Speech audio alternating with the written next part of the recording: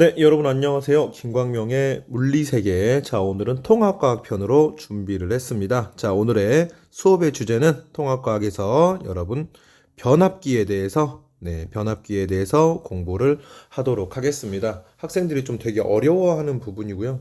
네, 그렇기 때문에 한번 여러분 같이 한번 공부를 한번 해보도록 하겠습니다. 자, 여러분 변압기는요. 변압기는 변화를 주는 겁니다. 뭡니까? 압의 변화를 주는 거를 변압기라고 하죠. 이때 말하는 압이라는 거는 여러분 전압에 해당된다라고 생각을 하시면 됩니다. 전압에 변화를 주는 기계. 여러분 우리는 이거를 변압기라고 이야기를 하고요. 자, 여러분 손실전력 편에서 손실전력에서 자, 여러분 우리 집에 필요한 거는 220V의 전압이 필요한데 발전소에서 220V로 보내지 않고 발전소에서는 굉장히 높은 전압으로 보내준다. 한 1000V 이런 식으로 보내준다라고 생각을 하시면은 중간에 여러분 전압을 바꿔주는 뭐가 필요합니까? 바로 변압기가 필요하게 되겠죠. 자, 오늘은 이 변압기에 대해서 우리가 공부를 해보도록 하겠습니다. 자, 먼저 변압기의 원리는 바로 이겁니다, 여러분. 전기 에너지의 생산의 원리와 똑같은 자, 여러분 전자기 여러분 유도가 바로 변압기의 원리가 된다라고 생각을 하시면 되겠습니다. 자, 전자기 유도 다른 말로 뭐라고 하죠, 여러분? 패러데이 법칙이라고 이야기를 하시면 되겠습니다. 자, 그래서 자, 이런 원리로 이제 전압이 변화되는 변압의 원리가 된다고 생각하시면 될 것 같고요. 자, 여러분 전자기도 간단하게 한번 정리 한번 해보도록 하겠습니다. 자, 전자기유도라는 것은 자기장이 여기서 말하는 자기라는 것은 여러분 N극과 S극이 되는 겁니다. 자, 자석 덩어리가 되겠죠. 이 자기장이 가만히 있다 아니 이 자기장이 변하게 된다면은 자석이 운동을 하게 된다면은 그 주변에 무엇을 만든다? 바로 전류를 만든다.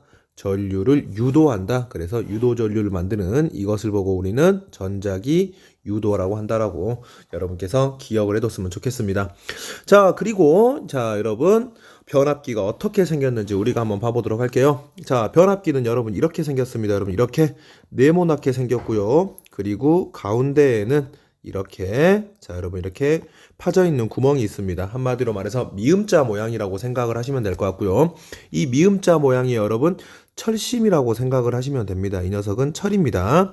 자, 그리고 이 녀석을 보면은 어떻게 되어 있냐면은 자, 여러분 왼쪽과 오른쪽에 각각 여러분 코일이 들어와서 칭칭칭칭칭칭 감겨져 있는데 자, 왼쪽과 오른쪽에 이렇게 가문수가 이렇게 조금 다릅니다. 그래서 이번에는 좀 이렇게 오른쪽에 좀 많이 감은 이렇게 변압기를 한번 만들어 보도록 하겠습니다. 그래서 왼쪽과 오른쪽의 가문수가 다른 걸 보고 우리는 변압기라 한다라고 생각을 하시면 되겠습니다. 그리고 자, 왼쪽의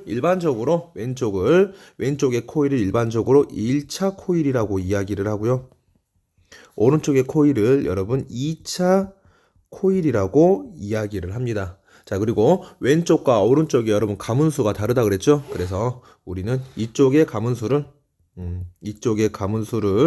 여러분 N1이라고 한번 해보고요. 이쪽을 우리는 N2라고 한번 해보도록 하겠습니다. 당연히 N1과 N2의 가문수는 다르고요. 현재 이 그림에서는 N1이 더 큰 모양이라고 생각을 하시면 되겠습니다.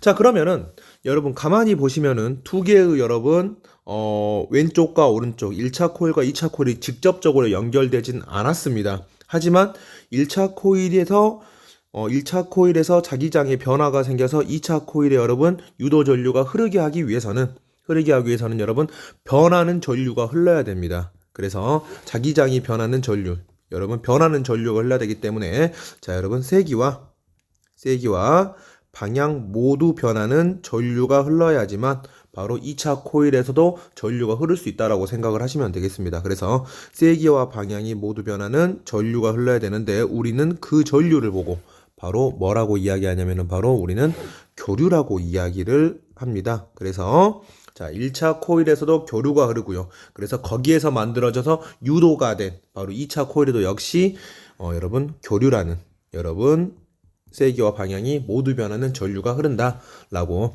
여러분께서 생각을 하시면 되겠습니다. 자, 그래서 이렇게 한번 정리를 한번 해봤고요. 자, 그리고 자, 변압기의 목적은 여러분 전압이 변하는 겁니다. 자, 근데 어떻게 전압이 변하느냐? 바로 전압이 변하는 원리는 여러분 전압은 여러분 전압은 바로 뭐에 비례한다? 바로 가문수에 비례한다.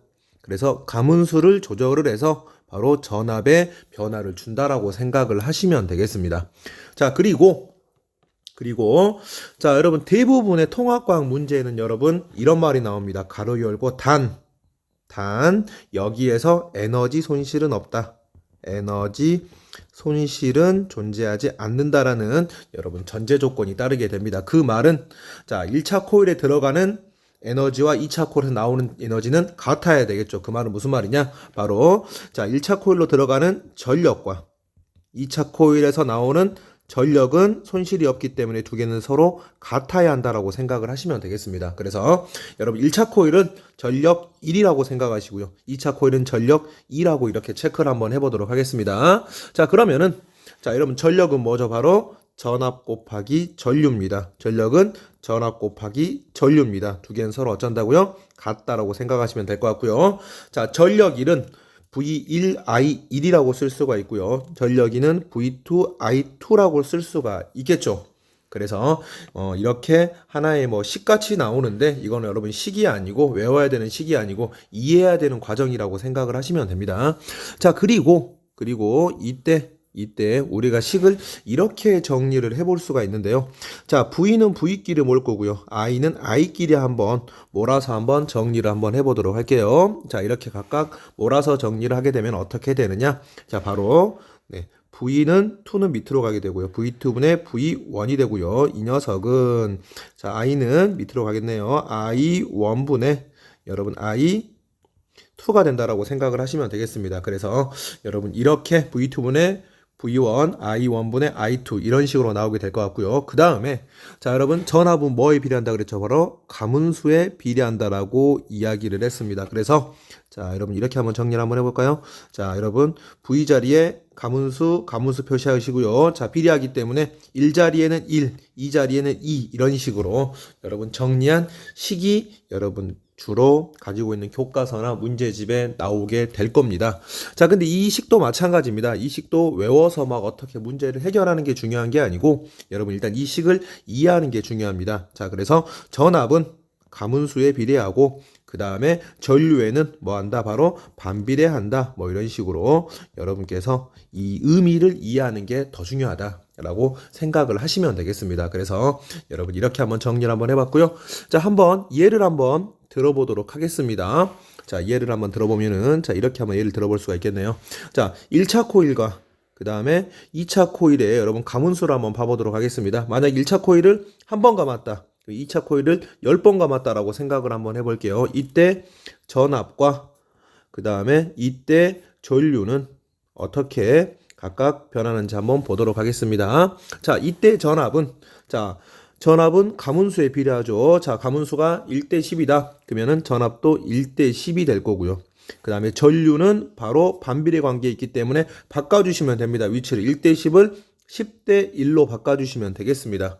자, 그러면은 어떻게 되느냐? 바로 전압과 전류의 이 두 녀석을 곱한 것은 얼마가 되죠? 바로 10이 될 거고요. 그 다음에 이 두 녀석을 곱한 건 얼마가 됩니까? 바로 10이 되어서 들어가는 전력과 나오는 전력은 같다. 단 에너지 손실은 없다는 전제 조건을 우리가 충족을 할 수가 있다라고 생각을 하시면 되겠습니다. 자, 그래서 이렇게 변압기를 정리를 한번 해봤고요. 변압기 원리, 전자기유도 전압은 가문수에 비례하고 들어가는 전력과 나오는 전력은 같다. 이 내용을 이해하시면서 여러분께서 변압기 문제를 잘 해결하시면 되겠습니다. 학생들이 변압기 문제를 좀 많이 어려워하더라고요. 내용 정리 잘 하셔서 문제를 잘 해결했으면 좋겠습니다. 자, 오늘 제가 준비한 수업은 여기까지고요. 자, 여러분 너무너무 고생하셨습니다.